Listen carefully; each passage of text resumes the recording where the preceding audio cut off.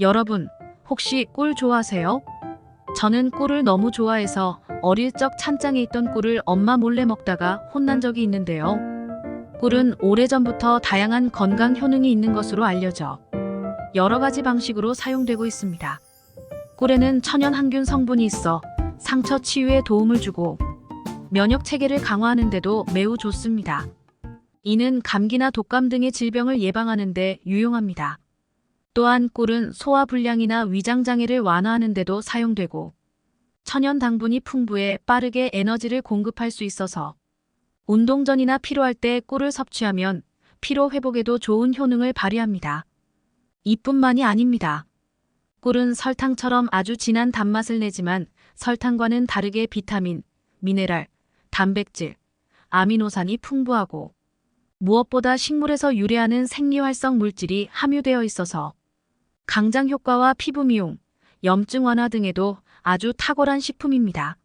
하지만 이렇게 맛도 좋고 몸에 좋은 꿀도 어떤 음식과 어떻게 먹느냐에 따라서 내 몸에 보약이 될 수도 반대로 독이 될 수도 있다고 하는데요.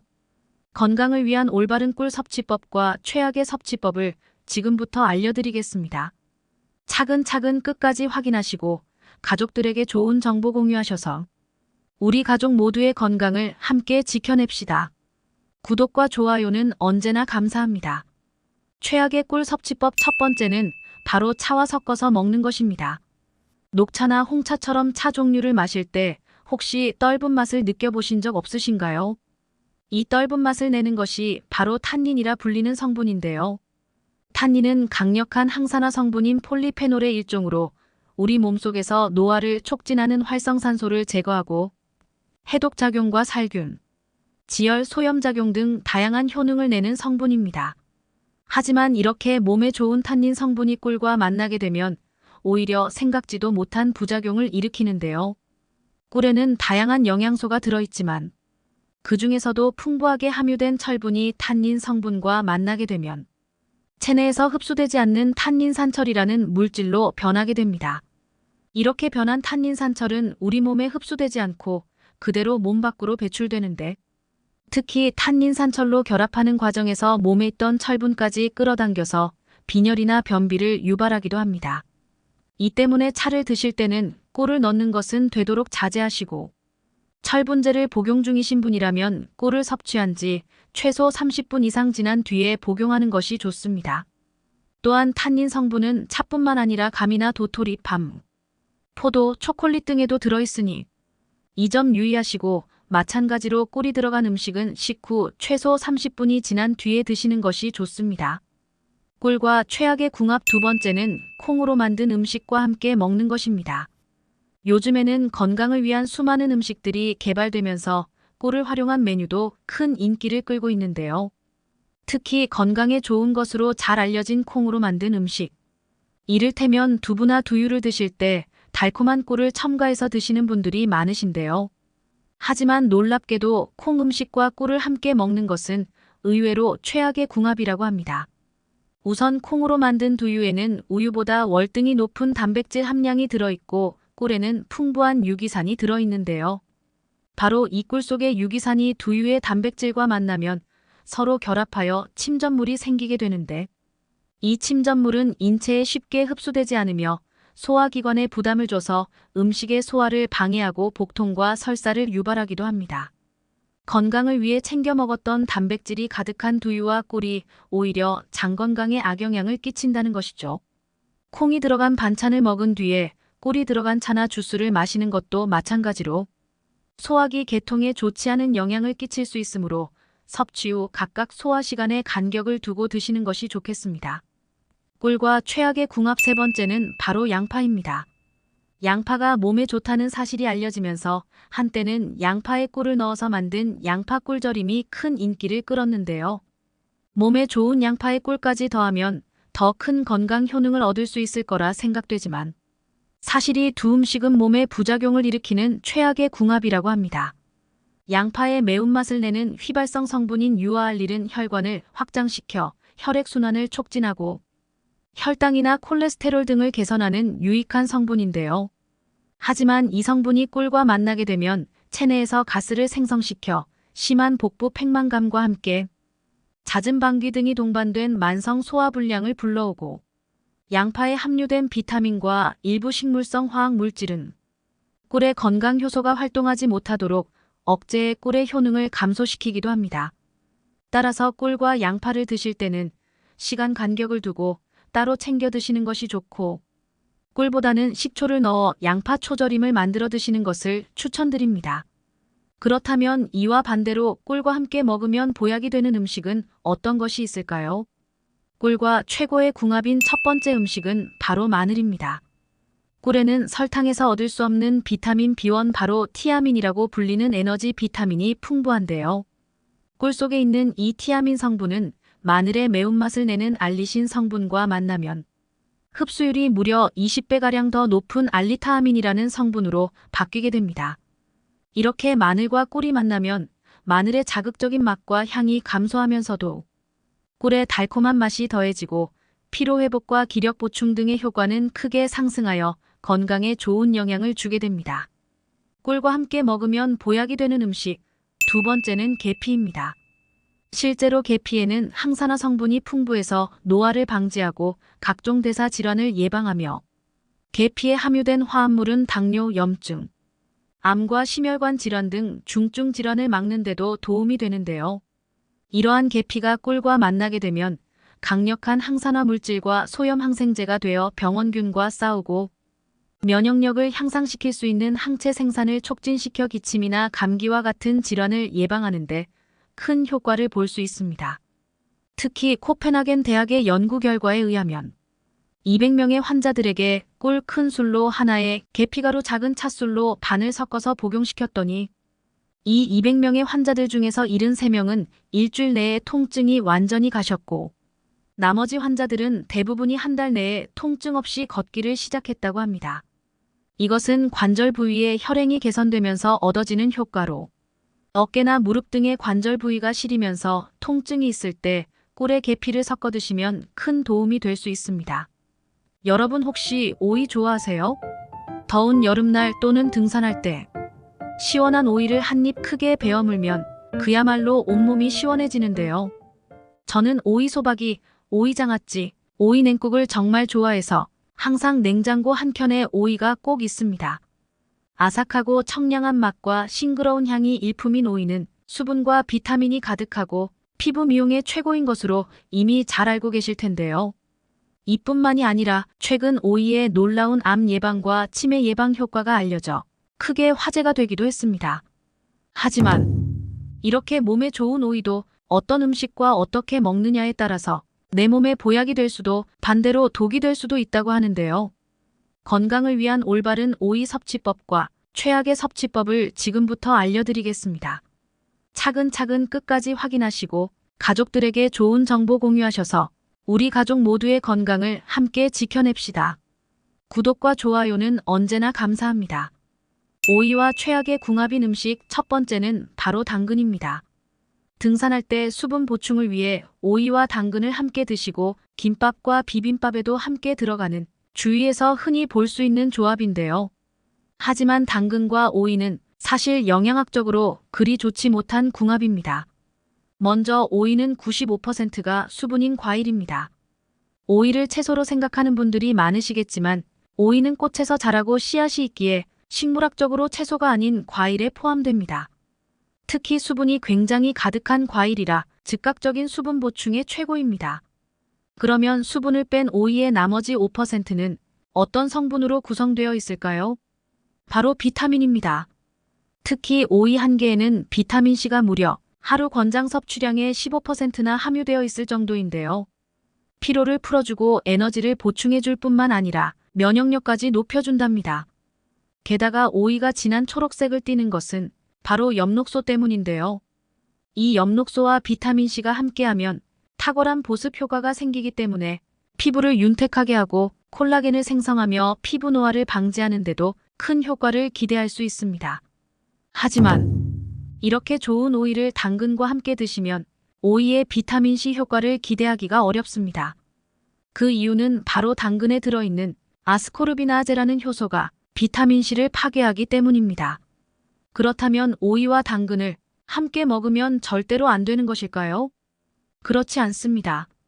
바로 당근의 아스코르비나아제는 열과 산성에 약하니 당근에 열을 가해 살짝 볶아주시거나 식초나 레몬즙을 조금 뿌려주시면 됩니다. 이렇게 오이의 비타민C는 물론 당근의 모든 영양소까지 챙기실 수 있게 되는 것입니다. 또 한 가지 중요한 점은 오이의 비타민은 껍질 부분에 많이 함유되어 있으니 꼭 껍질까지 함께 드시길 추천드립니다. 오이와 최악의 궁합인 음식 두 번째는 바로 바나나입니다.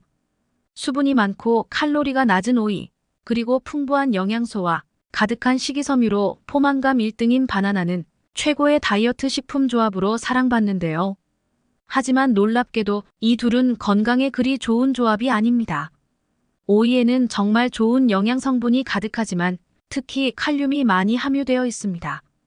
오이 속 칼륨이 혈관 자체를 확장시켜서 몸속의 노폐물과 나트륨 배출을 원활하게 만들어줍니다. 그러니 오이를 잘 챙겨 드시면 고혈압과 고지혈증, 동맥경화와 뇌졸중 같은 심혈관 질환 예방에 참 좋은데요. 하지만 문제는 바로 바나나도 칼륨이 많이 함유된 식품이라는 것입니다. 칼륨은 건강에 참 좋지만 과다 섭취하게 되면 오히려 세포수의 균형이 깨져버려 근육과 신경을 과도하게 이완시킵니다.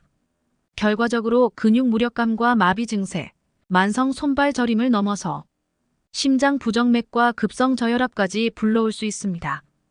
그러니 앞으로는 오이와 바나나를 함께 드시지 말고 따로 챙겨 드셔서 각각의 영양 성분을 모두 섭취하시길 강력히 추천드립니다. 최악의 오이 섭취법. 세 번째는 바로 오이지와 장아찌입니다.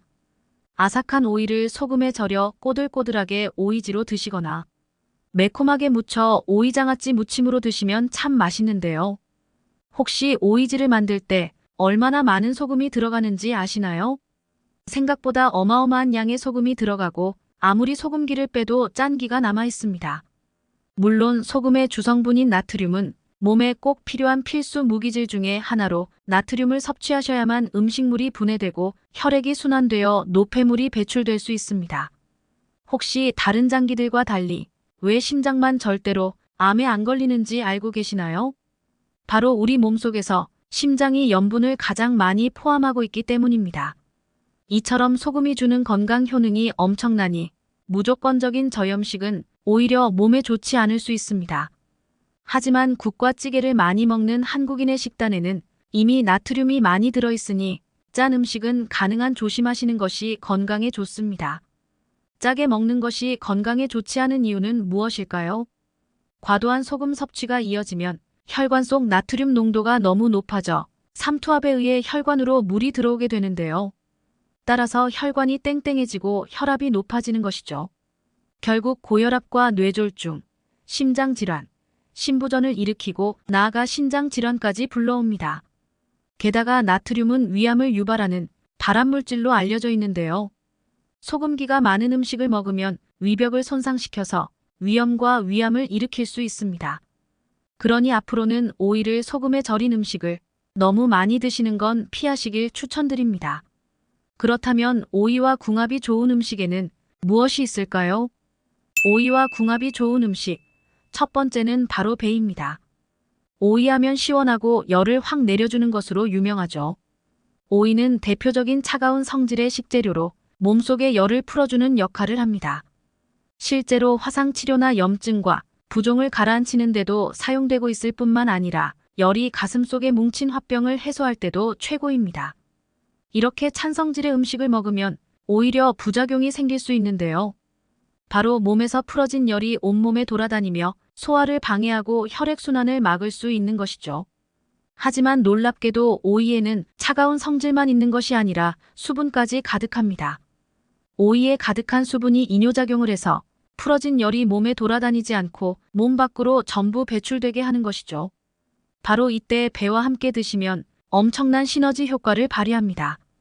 배의 차가운 성질이 오이와 함께 열을 풀어주고 염증을 가라앉히는 효과를 최고로 끌어올려 줄 뿐만 아니라 그 열이 몸속에서 남아있지 않고 전부 배출될 수 있게 도와주는 것이죠. 게다가 오이와 배는 모두 아스파라긴산이라는 성분이 가득한데요. 바로 이 성분이 간의 독성을 해독하고 튼튼하게 해주는데 최고인 오이와 배는 독소를 쫙 빼주는 황금 궁합이 되는 것이죠. 알코올 분해에도 참 좋으니 숙취해소 효과까지 챙기실 수 있답니다. 그러니 앞으로는 체내의 염증이나 화병, 독소 해독뿐만 아니라 간 건강을 위해서도 꼭 오이와 배를 함께 챙겨 드시길 추천드립니다. 오이와 궁합이 좋은 음식. 두 번째는 바로 사과입니다. 오이에는 심혈관 질환 예방에 좋은 영양소가 가득하다고 말씀드렸는데요. 칼륨은 물론이고 오이가 슈퍼푸드로 손꼽히는 이유가 하나 더 있습니다. 바로 오이 속 기적의 혈관 건강 성분인 비타민 K입니다. 혹시 혈관에 상처가 나게 되면 어떻게 해야 할까요?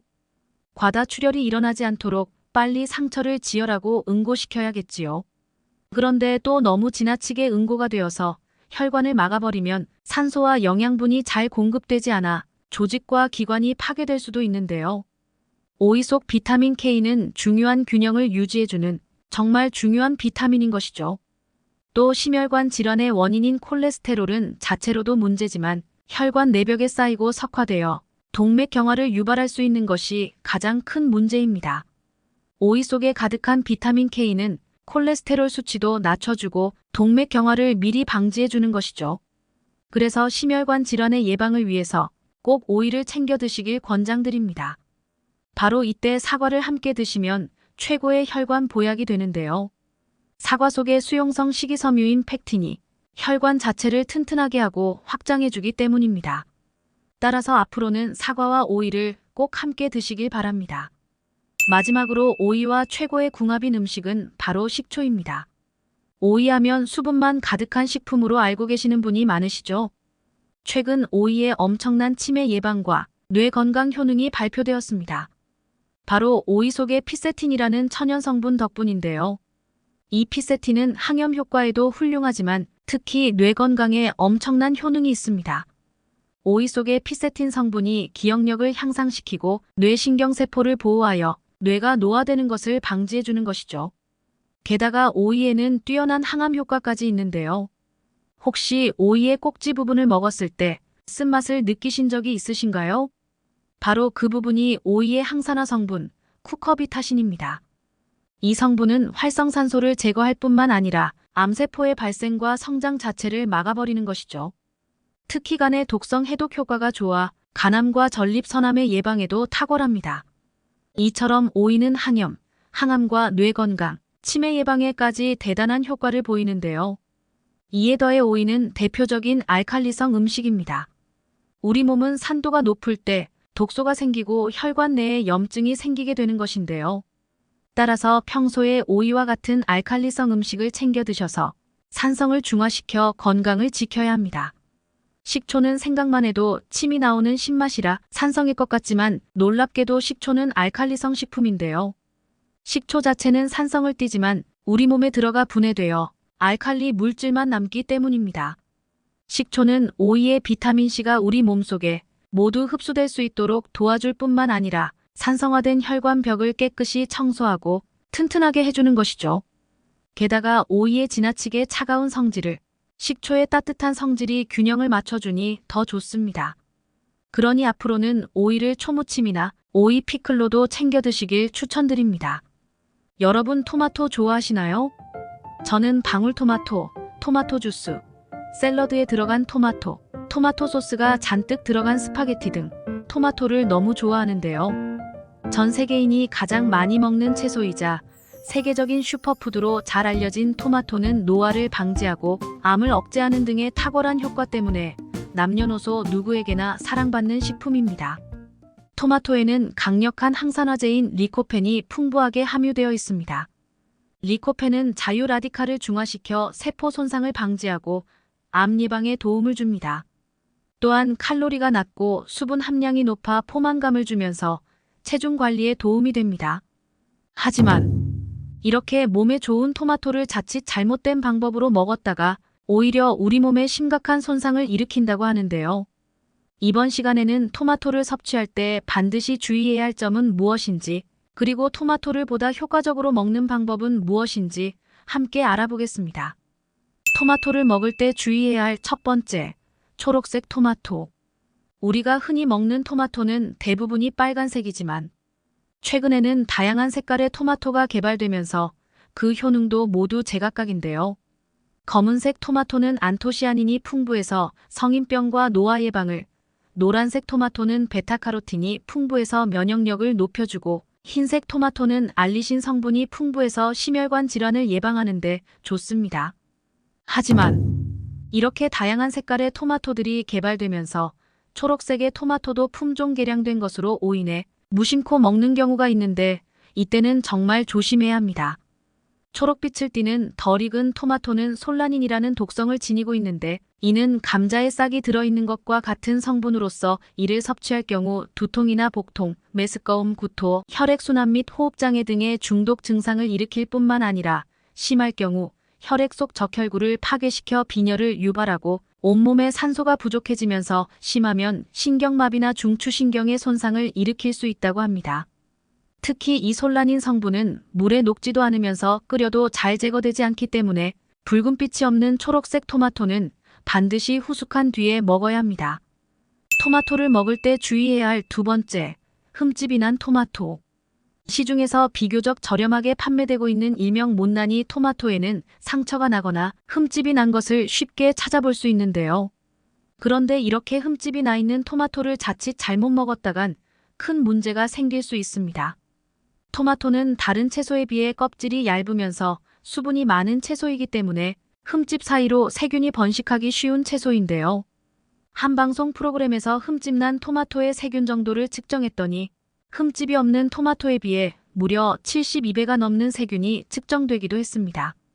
이는 우리가 더럽다고 생각하는 화장실 변기보다도 무려 1.7배가 더 많은 수치였는데요.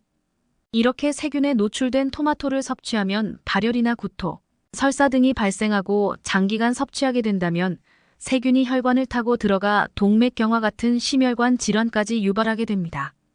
하지만 다행히도 이러한 토마토들은 100도 이상에서 익혀 먹을 경우 머물고 있던 세균들이 모두 사멸되기 때문에 반드시 토마토를 깨끗이 씻은 뒤 충분히 가열해서 먹는 것이 좋습니다. 토마토를 먹을 때 주의해야 할 세 번째, 통풍, 결석, 신장질환 환자는 토마토 섭취를 피하셔야 합니다. 통풍은 우리 몸속에 생기는 노폐물 중의 하나인 요산이 관절에 침착되면서 통증을 유발하는 질환을 말하는데 요산은 우리 몸의 세포가 죽으면 나오는 퓨린이란 물질에서 만들어지며 신장을 통해 소변으로 배설됩니다. 하지만 통풍 환자들은 요산 배설 장애로 인해 체내 요산 수치가 높아지는데 이 때문에 퓨린 함량이 많은 술이나 생선, 고기, 내장류 같은 음식들은 섭취를 피해야 하는데요. 그런데 특이하게도 토마토 그 자체로는 퓨린 함량이 낮지만 섭취할 경우 혈청 요산염 수치를 높이는 것으로 나타났습니다. 뉴질랜드의 오타고 대학 연구팀이 통풍 환자 2051명을 대상으로 특정 음식을 섭취했을 때 통풍 발작의 발생 유무를 조사했더니 1위가 생선, 2위는 술, 3위가 육류이고 그 뒤를 이어 토마토가 4위를 차지했는데요. 전문가들은 아직 이에 대해 연구가 더 필요하겠지만 토마토 섭취가 직접적으로 통풍을 생기게 하는 것은 아니기 때문에 통풍에 걸릴까봐 섭취를 겁낼 필요는 없다고 하는데요. 하지만 통풍 환자들의 경우 토마토를 섭취했을 때 질환을 더욱 악화시킬 수 있으므로 가능한 섭취를 피하는 것이 좋다고 조언하고 있습니다. 토마토를 먹을 때 주의해야 할 네 번째는 공복의 토마토입니다. 토마토는 소화를 돕고 혈압 강화 효과가 있어 혈압이 높아지는 아침에 분명 도움이 되는 식품이지만 공복에 토마토만 먹는 건 그리 좋지 않습니다. 공복에 토마토를 먹을 경우 토마토의 탄닌산이 위장의 산도를 높여 속쓰림을 일으키기도 하며 토마토의 펙틴이라는 성분이 위산과 만나면 융해가 잘 되지 않는 덩어리로 변하면서 위장 내부의 압력을 상승시켜 복통과 함께 소화불량이 동반되기도 합니다. 아침에 토마토를 먹어야 한다면 식사 후 후식으로 먹거나 다른 음식과 함께 먹는 것이 가장 좋습니다. 그렇다면 반대로 토마토의 효과를 더욱 높이는 섭취 방법은 어떤 것이 있을까요? 토마토의 핵심 성분인 라이코펜 성분은 기름에 녹는 지용성이기 때문에 생으로 먹는 것보다 기름과 함께 가열해 먹었을 때 체내의 흡수율을 최대 약 5배 정도 높일 수 있어 가급적 익혀 먹는 것이 좋습니다. 또한 토마토에 많이 들어있는 칼륨은 세포가 에너지를 만들고 안정적인 혈압을 유지하며 뇌 기능을 활성화하는 데 쓰이지만 이러한 기능은 몸속 칼륨과 나트륨량이 균형을 잃었을 때 원활하게 작동합니다.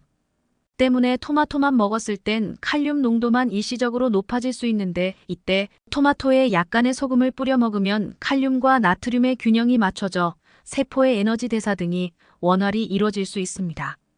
특히 토마토에 들어있는 비타민C는 공기 중 산소를 만나면 산화될 수 있는데, 약간의 소금을 뿌리면 비타민C가 산화되는 것을 막을 수 있습니다. 토마토는 보관 방법도 중요한데요. 토마토를 보관할 때 꼭지를 떼지 않을 경우 곰팡이나 세균 등이 번식할 수 있는데, 보관하기 전 꼭지를 뗀 후 보관하면 토마토에 부패균이 발생하지 않아 좀 더 싱싱하게 보관할 수 있습니다. 특히 토마토는 냉장 보관할 경우 껍질 속에 있는 세포막을 손상시켜 수분을 빼앗으면서 단맛은 줄어들고 몸에 좋은 토마토의 라이코펜 성분이 40%나 손실된다고 하는데요.